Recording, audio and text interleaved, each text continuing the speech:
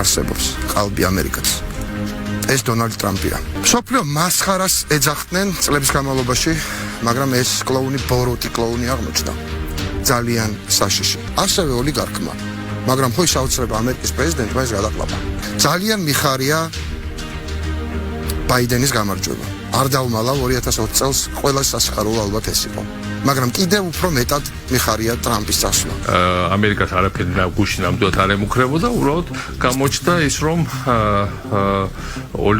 მაინც რაღაც ოლიგარქიული ინსტინქტები ტრამპს აქვს პირად ურთიერთობებზე მაღლა დააყენა თავის პირად ინტერესები, იმიტომ რომ ასეთი არის ოლიგარქის ბუნება. ჩემი ქვეყანა არასდროს ყოფილა ისეთი რუსული, როგორც ტრამპის დროს. ყველაზე სუსტი პრეზიდენტი ამ მხრივ, რუსეთთან ყველაზე უფრო კარგ ურთიერთობებში მყოფი. საქართველოს პრაქტიკულად რუსეთისთვის გადამცემი პრეზიდენტი უკვე შეიცვალა ამერიკის შეერთებულ შტატებში. ბაიდენია პრეზიდენტი. ტრამპი დემოკრატიის ის შეცდომაა, რომელიც ხდება ხოლმე. ის რაც გააკეთა პუტინთან ძალიან ახლო ურთიერთობაში მყოფმა ამერიკის პრეზიდენტმა არ უკადრია ამ ქვეყნის არც ერთი სახელმწიფოს მეტაურს საუკუნეების განმავლობაში. ამერიკელმა ხალხმა ისტორიული გადაწყვეტილება მიიღო და თქვა, რომ ოლიგარქიის ადგილი პოლიტიკაში არ არის. რომ არ დაუშვათ ხელისუფლებაში ოდიოზური და გაუწონასწორებელი პიროვნებები, როგორც სამწუხაროდ ბატონი ტრამპი აღმოჩნდა. დემოკრატიული სამყაროს წინააღმდეგ ომში ტრამპი პუტინის უზარმაზარი გამარჯვება იყო.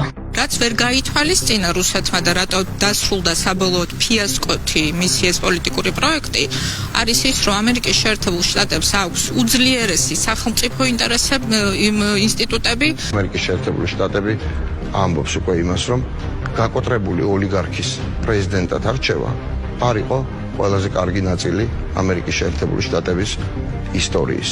აი ამ ტრამპს, რომელიც დღემდე თავს აცხადებს პრეზიდენტად, ამ ტრამპის ადმინისტრაცია და მისი ნასყლეტები არის ის, რაც ხდება საქართველოში და არის ის, რაც ხდებოდა კირგიზეთში. ჯო ბაიდენი არის ამერიკის შეერთებული შტატების შემდეგი პრეზიდენტი. მსოფლიო უბრუნდება კანონზომიერებას, მალე საქართველოშიც.